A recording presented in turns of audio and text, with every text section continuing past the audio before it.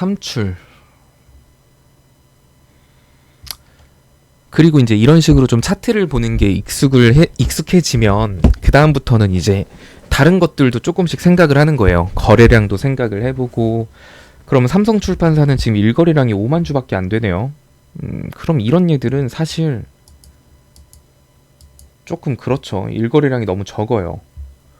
일거래량이 적은 종목군들 같은 경우는 이평선들이 밥값을 못 해줘요.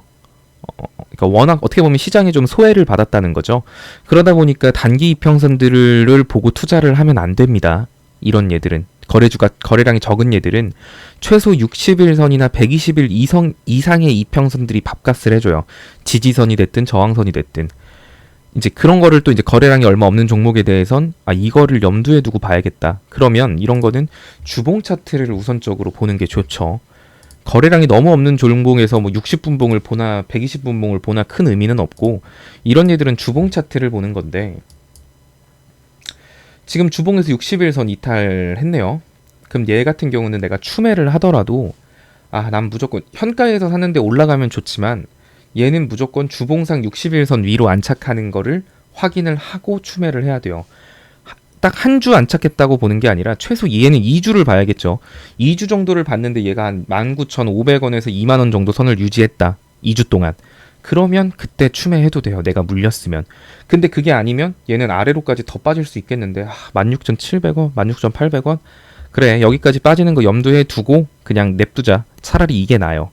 근데 이거 냅두기도 아깝다 하시는 분들은 16,500원 여기까지 떨어지면서 기회비용 생길 바에 차라리 그냥 지금 내가 이 종목을 뭐 500만원 투자하고 있으면 한 150만원은 일단 현금화를 시키자. 손절을 하고 나중에 이 자리 오면 그 150만원 다시 산다. 일단 이 150만원으로 다른 종목 한번 들어간다. 이런 생각으로 하시는 거예요. 내가 얘한테 져서 손절하는 게 아니에요. 복수하려고 하는 거지. 그러니까 손절도 그런 식으로 하면 좀 마음이 편합니다.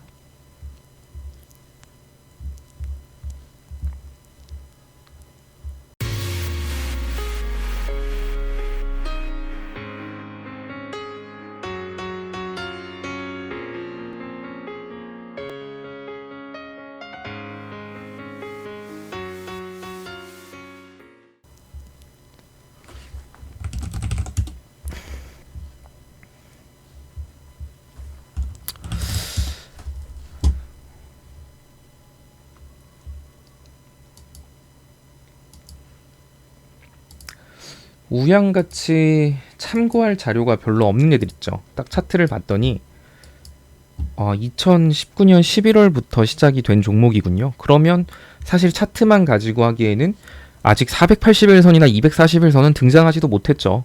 나온 지 얼마 안 됐으니까. 그럼 이런 종목은 일봉으로 보거나 주봉으로 보는 것도 의미는 별로 없고, 이렇게 신규 상장주 상장된 지 얼마 안 돼서 기록이 없는 얘들은 분봉을 위주로 볼 수밖에 없어요. 60분봉도 보고 120분봉도 보는 건데, 자, 아까 제가 볼린저 밴드 상단을 뚫으면 순간적으로 이런 식으로 슈팅이 나온다라고 했죠. 그리고 꾸준히 우상향하는 종목들을 보면 이런 식으로 볼린저 밴드 상단과 멀어지지 않고 올라가요. 애초에 주가는 무조건 볼밴 상단과 하단 사이를 움직이는 게 정상입니다. 약 95%의 확률로요. 자, 그런데 5%의 확률로 이 차선을 이탈한 거예요. 자, 그럼 이 5%의 확률로 이탈시켰으니 뭐 세력이든 운전하는 누군가들은 이 기회를 충분히 살려야겠죠. 그러니까 이렇게 볼밴 상단 안쪽으로 안 들어오고 계속 올라가는 거예요. 볼밴 상단 이렇게 한 번씩 터치해 주면서 올라가는 건데, 결국에 얘는 다시 한 번 더 볼밴 상단으로 올 거예요. 현가 기준으로는 5,500원이겠지만 내일에는 또 이 볼밴이 위로 올라갈 테니까 가격 구간이 계속 조금씩은 변동이 되겠죠. 우양 같은 경우도. 그러니까 내가 이 종목을 만약에 신규 진입을 하고 싶다라고 하면 볼밴 상단하고 멀어졌을 때 하는 게 아니라 볼밴 상단을 만났을 때 손절가 잡고 하는 거고, 내가 아래에서 운 좋게 잡았어요. 이럴 때 잡은 거죠. 딱 볼밴 상단일 때 딱 잡았어요.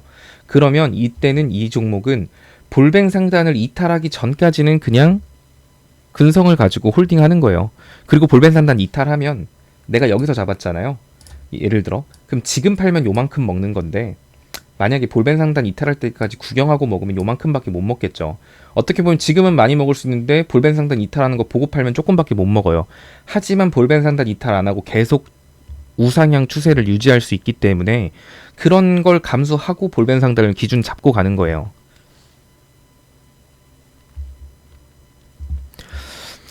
일봉으로 절반을 볼 때는 일봉으로 보셔도 되고 주봉으로 보셔도 돼요. 근데 분봉보다는 최소한 일봉 기준으로 보세요. 갭을 볼 때도 마찬가지고.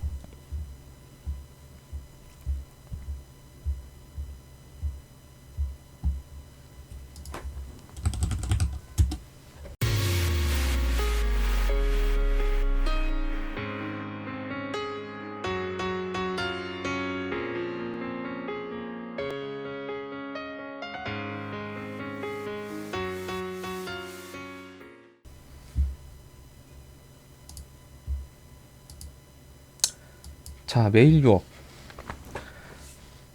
보시면 정말 그렇게 보이죠. 주가는 보통 이런 식으로, 이건 일봉입니다. 볼벤 상단과 하단 사이를 왔다 갔다 걸어요. 그렇단 소리는 볼벤 상단을 뚫으면 슈팅이 나오긴 하나 슈팅이 나올 확률보다는 떨어질 확률이 높으니까 항상 주가는 볼벤 상단 부근에서 분할 매도를 하는 거예요. 그리고 볼벤 하단선에서는 매수를 하는 거죠. 볼벤 하단을 딛고 다시 반등이 나오니까. 자, 얘도 볼벤 하단 딛고 반등이 나왔고요. 대신에 얘가 이제 볼벤 하단을 딱 들어갔는데 이탈했어요. 손절가를 내가 안 잡죠? 그러면 투매가 나올 수도 있는 거예요. 이런 식으로. 자, 얘 같은 경우는 지금 볼벤 상단 부근까지 못 가고 지금 빠지고 있는데 어디까지 빠질 수 있을까요? 볼벤 하단을 만나러 갈 수도 있다라는 건 염두를 해야겠죠. 만약에 신규 진입을 한다고 하면. 그리고 주봉상으로는 볼벤 하단 이탈했네요. 60분봉도 이탈했고 120분봉도 이탈했어요. 그러면 저라면 이 종목을 안 사죠. 근데 갑자기 내일부터 반등이 나올 수도 있잖아요. 내일부터 이렇게 반등 나오면 어떡할 거예요? 라고도 생각하시겠지만 그래도 안 사요. 그러니까 결과론적으로만 생각을 하면 주식은 결국엔 내가 그때 샀으면 올랐네 라는 건 결과잖아요. 결과 가지고 말하는 건 누구나 말할 수 있어요. 어저께 상한가였는데 그때 샀었는데 오늘 또 상한가다. 어제 샀으면 오늘 또 상한가 먹었네. 그러니까 이런 결과론적인 말은 의미가 필요가 없고 차라리 이런 종목은 사고 싶어도 조금 위에서 사는 게 맞지 아래로 떨어질 가능성이 더 높은데 살 필요는 없다는 거죠.